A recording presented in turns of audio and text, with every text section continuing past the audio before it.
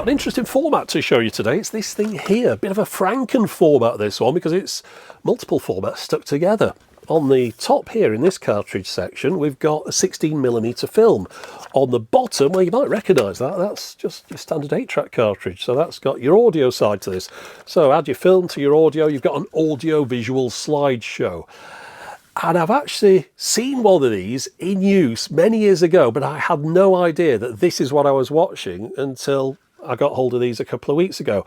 Now, these were sent to me courtesy of a nice chap called River. He works at a museum, a local history museum in Wales as a volunteer, and he was in the storeroom at the back. They got stuff there that they don't need and they couldn't put on display, and he wanted to know if I wanted some of these, and he sent me over a picture. And when I looked at the picture, I realised where I'd seen these in use.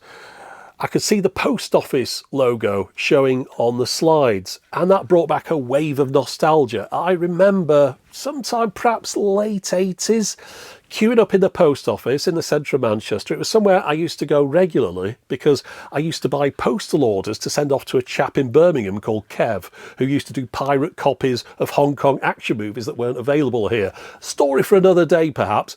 But I was regularly sending these postal orders. Of course, he did the postal orders to avoid any kind of paper trail. As a result, I quite often got in this queue. Now, one day I went in. It was this big zigzaggy queue, of course, in this post office that you had to wait in. And at the end of one of the elbows of the zigzag, there was this box that had appeared. It was a bit like 2001. There was suddenly an object there, and it was like a white box on a pedestal, and it was booming out adverts telling you to buy postal orders, stamps, premium bonds, that kind of thing. Sometimes it's difficult to choose exactly the right gift. So why not buy the present that you know will be appreciated? For instance, these postal orders can be bought for any amount, from 25 pence to £10, and they can be cashed at any post office, and the money used to buy the ideal gift. And I remember it being really irritating because this had been quite a quiet place. It was a big old room, high ceilings. It was always kind of hushed tones in there. People didn't make an awful lot of noise. You just queued up. You might hear somebody stamping behind the counter, that kind of thing. And then all of a sudden you walk in one day, there's this thing booming adverts out to you really loud. Don't forget to buy your stamps, all this kind of stuff. Will you be buying stamps today? Have you thought about buying a stamp book? Did you know there are now 3 stamp books available here at your local post office? This one for first-class stamps. It has 10 17-pence stamps and costs £1.70. And this one has 10 second-class stamps and costs £1.30. And the trouble was, because you were in that queue, you had to listen to this thing over and over again, and it tended to loop around after a while. It was like brainwashing. It was a little bit Blade Runner-ish, but rather than trying to sell you Atari, they were trying to sell you commemorative stamps. But yeah, I distinctly remember this thing because it was a bit of a weird object as well. This was in the days before you got your flat screen TVs, and yet this had a perfectly flat screen on it, and it was like a white cube. And of course, now I know it was a rear projection device, and it used these cartridges. Of course, not these very ones, but it was from this same set. It'll be duplicates. It's quite likely I might have watched this program at some point while I was queuing up in that post office all those years ago. Do you have friends or relatives overseas?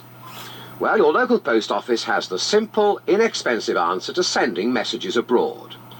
Royal Mail aerograms. Notepaper, stamp and envelope, all in one. So that's my limited personal interaction with these up to this point. But now I was going to get hold of some for myself. I really wanted to see what was on them, and I wanted to be able to play that to you.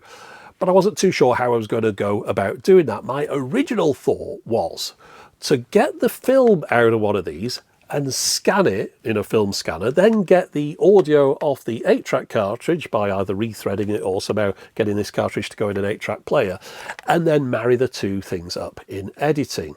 Seemed like an idea, although it could be a lot of work, because I'd imagine there's cue tones on the tape here that's going to advance the slides at the right position, and there could be a lot of slides in here, and really trying to get those two things in sync could be a bit of a hassle.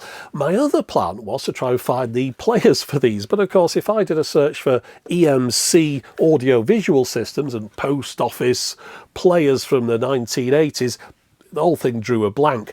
However, when this box of 4 cartridges arrived from River, everything became a lot clearer, because this particular one had a picture of the player on the front and it didn't say EMC on it. The picture revealed that the playback unit was called the Showman 16. I couldn't quite make the word out above there, but a search for Showman 16 revealed one of these had been sold a couple of years ago, and it's a Lebel Showman 16. Now, unfortunately, that one's been and gone, but an eBay search for Lebel 16 brought up some other models in the range that were compatible with the same cartridges. Now, I went for this one because it came in a case. You know how I like things in cases, but it also means that it's going to probably be the one in the best condition. It looked mint from the pictures, and it was nice and neat too, with a rear projection screen, likely a travelling salesman's presentation tool back in the day.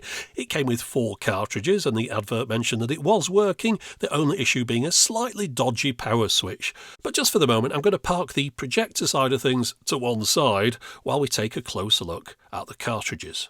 If we take a look at the bottom of this one, you'll see a logo that reads Learjet Stereo 8, and I think it might be a good idea if I quickly explain what that's all about. Yes, I was recently contacted by a chap who'd seen the Learjet 8 stereo mentioned and thought it was some kind of unusual format. I didn't know it was just your regular 8-track cartridge. Of course, later on it dropped the Lear name, but yeah, Bill Lear, Learjet, same chap behind the Learjet and the 8-track cartridge. In fact, the early 8-track stuff quite often bore the name Learjet, like this stereo system that I've got here. Now, Bill Lear, Learjet, they came up with the 8-track cart, but of course, really, it was a modification of earlier technologies like the 4-track or stereo pack from Earl Muntz, and then that came from Bernard Casino's thing, and the NAB cart. There's a whole history of these going back. But yeah, 8-track, Bill Lear, Learjet, same people. But this particular cartridge here, whilst it does say Learjet on it, this isn't a Learjet format or a Bill Lear format. This is a format of Lebel. They came up with the idea of this system and they needed an endless loop tape cartridge, and rather than reinvent the reel, why not just use one that's already out there? Lebel were the projector people, Lear were the endless loop audio tape people. Well, you might as well just license something that already works and attach it to your projection system, and I think that's what's happened. Looking at the patents on this, or I should say patent because the US, the Lear 8-track is only a couple of years or so before Lebel came out with this system, which later on became known as Compact. Okay, so returning back to that nice little projector that I'd ordered via eBay, it was on its way to me. I was getting the tracking coming through. I was anticipating its delivery at any moment, and then I got an email saying that it had been stopped at customs in the US because it couldn't be exported. And that was the only information I got. I got a full refund automatically, and that's the last I heard of it.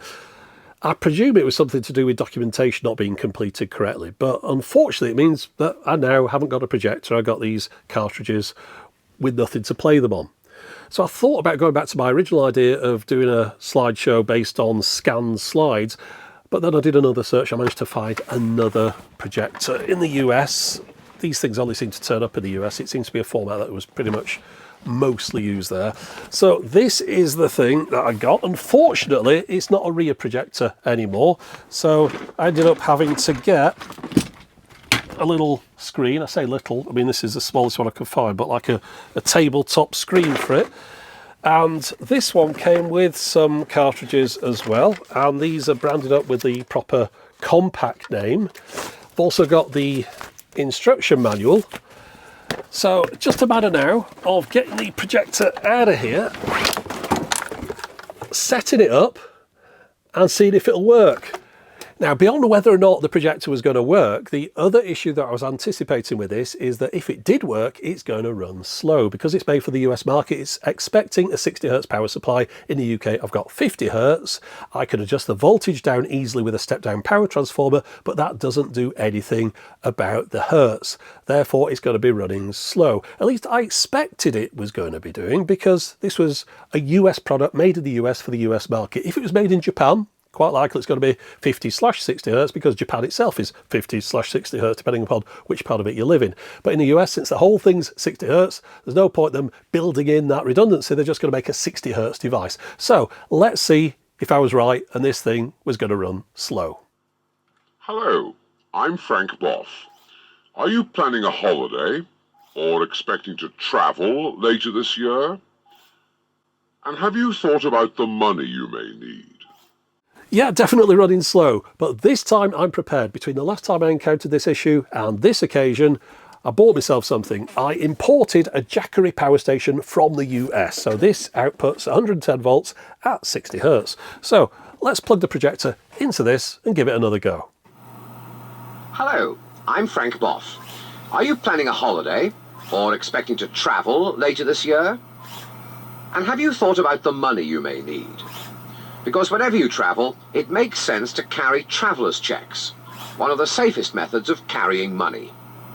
But did you know that here at your local post office, you can obtain sterling traveller's checks immediately by cash, at any time the post office is open, even on Saturdays? Hello music lovers, here's news of an exciting set of special stamps for you to celebrate European Music Year. On the 14th of May, we're issuing 4 stamps featuring famous British composers and illustrating some of their most famous works. So there you go, that's what you might have seen if you'd queued up in a UK post office in 1985. The reason I know it's 85 is because that's when that particular batch of special edition stamps came out. Now, I seem to remember these things being around into the early 90s. It might be foggy memories, but if my memory is accurate, then that would have been one of the last uses of the 8-track cartridge format. The last commercial album releases on 8-track came out around about 1988, and those were available mail order only. But let's switch this thing off and have a good look at the projector. Okay, so this model is the Tutor 16. Of course, as it's from the US, I should perhaps be pronouncing that as a Tutor 16, but to me that sounds more like an age group than a model name. But swiftly moving on, the lens at the front, that can be moved in and out as well as rotated to focus it, and it can also be swapped out entirely if necessary. To the right of the lens is a speaker, and just next to this on the side is a 1/4-inch socket for attaching an external speaker. There's a brightness switch at the back, and on the opposite side of the case is a carry handle. The cartridge slot is the only thing on the back panel, and up on the top right we have the controls. In the centre we've got a combined on-off/volume knob.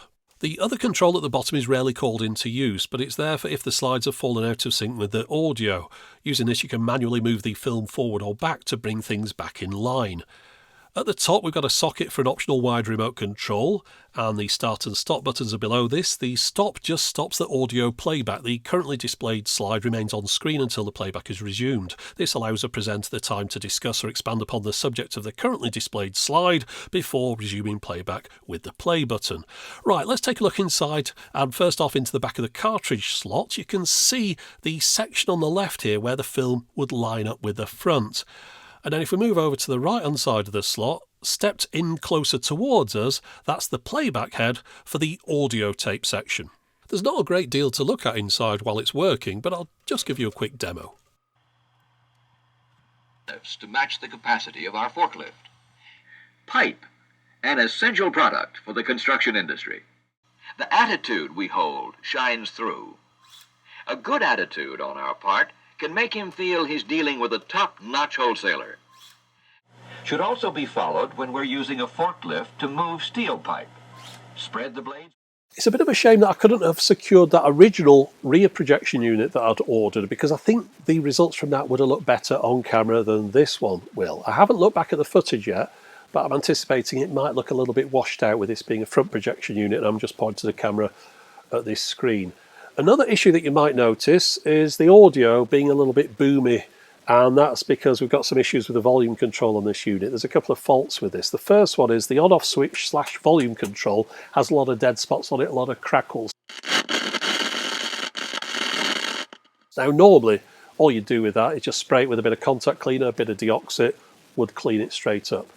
On this one I've done that multiple times. I've taken this control panel out and really drenched that control, and it hasn't really made any difference at all. I suspect the contacts in it are damaged, so I have to play the thing at quite a high volume for the audio to come through at all, and that might distort on some of the demonstrations that I've been giving. I'm sure most of you are familiar with the old saying that there are only 2 things you can be certain of in life: death and taxes. I think one more should have been added, however: illness or injury. The other issue that I've experienced with this one that has made the video quite long-winded to put together is that it will only work for about half an hour before it starts encountering a fault. As a participant, you will have access to a variety of programs in the areas of industrial health to determine how this valuable program can be tailored to your firm and your needs. And I've traced it back to the fact that there's a big flywheel in there attached to a capstan. The capstan's in the middle of it, and that's what drives the 8-track. But once it warms up, the capstan just gets stuck on the 8-track and the flywheel spins independently. And I think that's because there's a clutch mechanism in the middle of there designed to stop the thing from snapping tapes or film if things jam up. So it's got a bit of resistance, but the trouble is once it heats up, it just becomes too loose and it just slips. Basically, I've got a slipping clutch. Now, I could look into that in more detail in the future, take the thing apart, see if there's anything I can do to get those two things to hold together a little bit better. But it's not absolutely necessary because I've captured all the video from these that I want to. But if I get hold of any additional cartridges in the future, I might try and resolve those issues. But talking of cartridges, let's take a closer look at one. We'll take a look at this cartridge because it looks a little bit unusual in places. The first thing that stood out to me was this screw here. It looks like a self-tapping screw that's been put through the case in the middle of the Learjet logo. There wouldn't normally be a screw in that position on a normal 8-track. This is the standard one, and this one is flush with the case, but this one, you can feel it stick up. And on this side here, we've got 3 more protruding screws, all with rounded heads on them. All looks a little bit amateurish. I think the idea, though, is that it's supposed to be easy to open up, because in the manual it mentions opening this up to clean the film that's inside if it gets dirty. So perhaps that's why it's so obvious with its fastenings. One thing about it, though, the case, the 8-track part of it is really just this part here. If I stretch it out a bit, you can see the join there. So the bottom of the 8-track is a normal 8-track cartridge, but from that point upwards, that's the new cartridge. So effectively we've got the bottom half of an 8-track pushed onto a completely different cartridge from Labelle. At the front here we've got the mirror, and you can see the film going across the front there, and of course the normal 8-track cartridge on the top. One thing I was wondering about this, though, was the maximum length. This one is 18 minutes. I was wondering how long you could fit on one of these as the maximum program length. I was suspecting it was going to be around about 20 minutes because I've got some 80-minute blank 8-track cartridges, and that would therefore mean it's a 20-minute loop, which of course gets repeated 4 times for the 4 programs.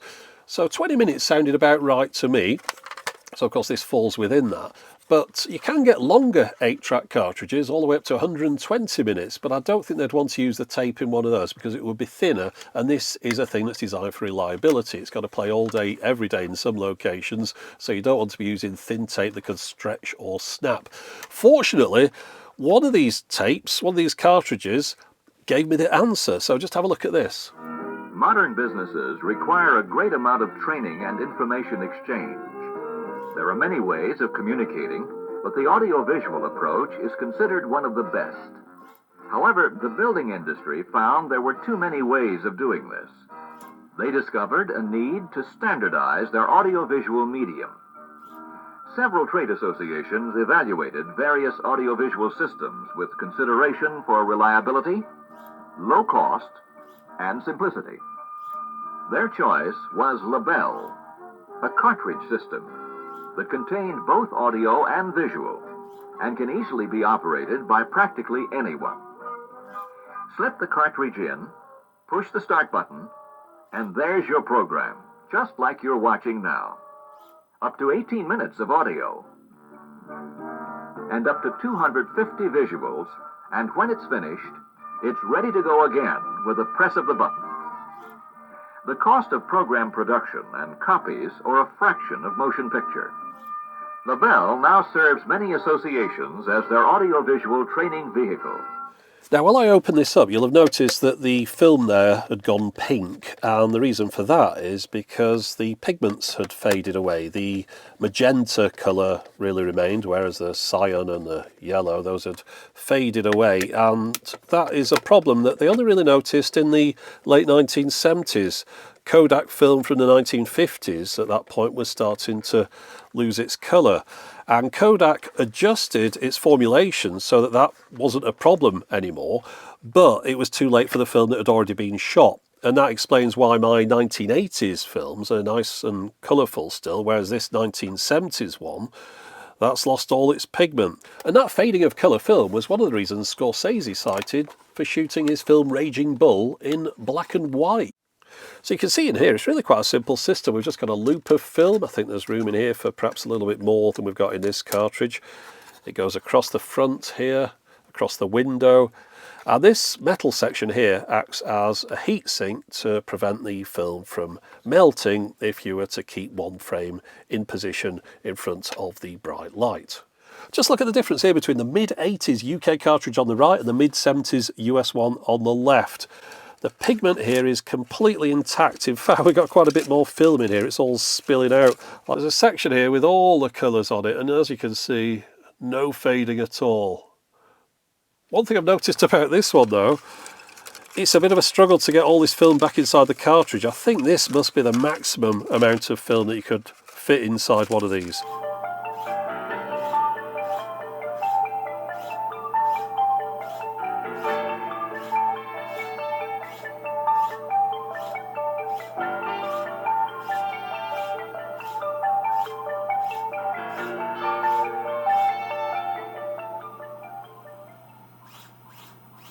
Right, so let's get into the 8-track section of this. With this being an 18-minute cartridge, I'd imagine it's going to look pretty full in here, so let's see what we can find. Now, one thing about this is that at the moment it's upside down, so everything will come spilling out if I was to open it that way. So we're going to do it this way.